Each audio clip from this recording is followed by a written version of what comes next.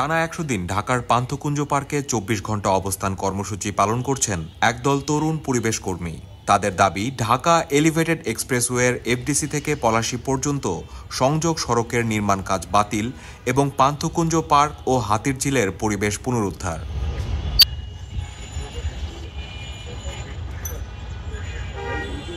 Panthakunja park এবং হাতিরঝিল জলাধার বাঁচানোর জন্য যে আমরা আন্দোলনটা করছি এবং এখানে যে এলিভেটেড এক্সপ্রেসওয়ে যে জনবিরোধী এবং প্রকৃতি বিধ্বংসী যে প্রকল্পটা চলছে, দুইটার একটা প্রকল্পেরও কোনো পরিবেশ ছাড়পত্র নাই। শেখ হাসিনার প্রজেক্টগুলো কি আসলে খুব ভালো ছিল?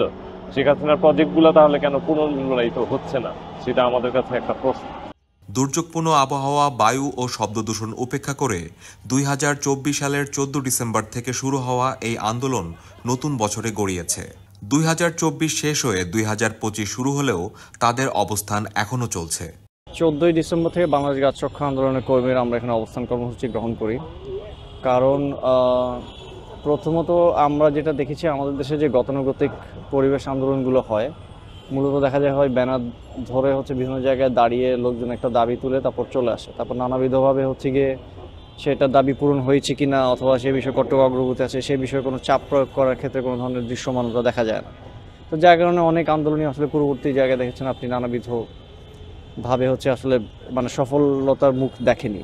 তো আমাদের যেটা ছিল যে যেহেতু ইস্যুটা একটু জটিল, যেখানে বিদেশি কোম্পানির স্বার্থ জড়িত, অনেকের স্বার্থ জড়িত, সো আমরা দেখতে পেলাম যে যদি আমরা এখান থেকে ওই দিন সমাবেশ করে চলে যাই, তাহলে এখানে যেহেতু মেশিনটা আছে, ওরা তখনও পাইলিং করছিল, ভেকু মেশিন দিয়ে গাছ কাটছিল, আমরা গাছ কাটাটা থামিয়েছি, পাইলিংটা বন্ধ করেছি। আমরা জানতাম যে আমরা যদি এখানে চলে যাই তাহলে যেভাবেই হোক এখানে কাজটা আসলে শুরু হয়ে যাবে, আর এক্সপ্রেসওয়ের একবার পিলার হয়ে গেলে সেগুলো আসলে সরানো খুবই মুশকিল হবে। যার কারণে আমরা এখানে অবস্থান কর্মসূচি গ্রহণ করে কাজটা থামানোর একটা প্রয়াস নিয়েছিলাম।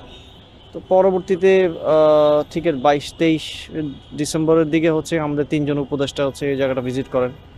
তো সেখানে কথা বলার সময় তারা এটা নিয়ে পরবর্তীতে আমাদের ডাকবেন এবং আমাদের কথা শুনবেন এই মর্মের প্রতিশ্রুতি দেন, কিন্তু তাদের কাছ থেকে আমরা আর কোনো ধরনের যোগাযোগ তাদের পক্ষ থেকে আমাদের সাথে করা হয়নি, যার কারণে আমাদের এটা এখনো চলমান আছে। দাবি আদায়ে এ পর্যন্ত আয়োজন করা হয়েছে নানা কর্মসূচি ও সমাবেশ। এতে সংহতি জানিয়েছেন বিভিন্ন সামাজিক, পরিবেশবাদী, পরিকল্পনাবিদ, পেশাজীবী ও সাংস্কৃতিক সংগঠন। দেখেন, বাংলাদেশের বর্তমান যে পরিস্থিতি, এইখানে যদি আপনার আমার মতো যে কোনো নাগরিককে যদি টানা ২৪ ঘন্টাও কোনো জায়গায় আটকে রাখা হয়, তাহলে আমাদের জীবনযাত্রায় ব্যাপক প্রভাব পড়বে। এই ১০০ দিন থাকার ফলে আমাদের যেটা হয়েছে যে আমাদের পার্থিব অপার্থিব সব কিছু নষ্ট হয়েছে। আপনারা জানেন যে আমরা মুষ্টি চাঁদায় পরিচালিত হই, সবাই মিলে যেই টাকা বা খাদ্য দান করে বিভিন্ন সমাবেশে এসে, সাংস্কৃতিক সমাবেশে এসে সেটা দিয়ে আমরা চলি। এটা অত্যন্ত কষ্টকর এবং ক্লান্তিকর, এবং বাংলাদেশের প্রাণ প্রকৃতি পরিবেশ বাঁচানোর জন্য সরকারের কোনো সদিচ্ছা দেখছি না। সবসময় বলে যে তরুণরা এগিয়ে আসবে এবং যে কোনো মানুষকে বলে যে আপনারা এগিয়ে আসেন দেশ গঠনের কাজে।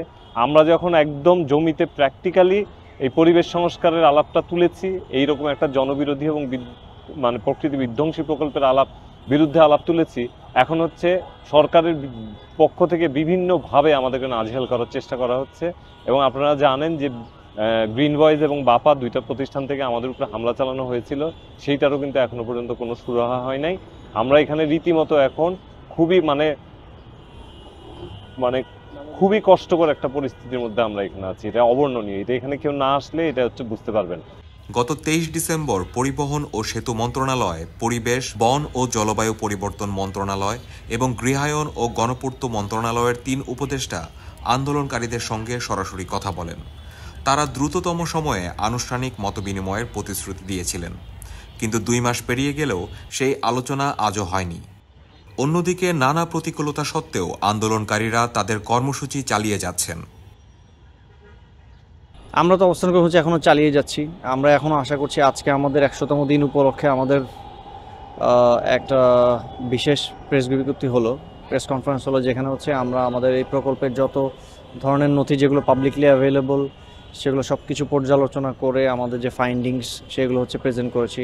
আমাদের এখানে বিশেষজ্ঞরা ছিলেন, আমাদের এখানে ইউনিভার্সিটির প্রফেসররা ছিলেন, আমাদের এখানে পরিবেশ বিশেষজ্ঞরা ছিলেন, নানা ধরনের স্বনামধন্য পরিবেশ আন্দোলন কর্মীরা ছিলেন। তারা তাদের বক্তব্য ব্যক্ত করেছেন এবং সবার আসলে এইখানে এই বিষয়ে আমার কাছে মনে হয় না কারো কোনো দ্বিমত আছে যে আসলে পার্কটুকু ঢাকা শহরের যে অবস্থা, বসবাসযোগ্যতার যে অবস্থা, সেই জায়গা থেকে হাতিরঝিল এবং এই পান্থকুঞ্জ পার্ক খুবই একটা ক্রিটিক্যাল এরিয়া এবং এই জায়গাটা যেভাবেই হোক রক্ষা করা দরকার।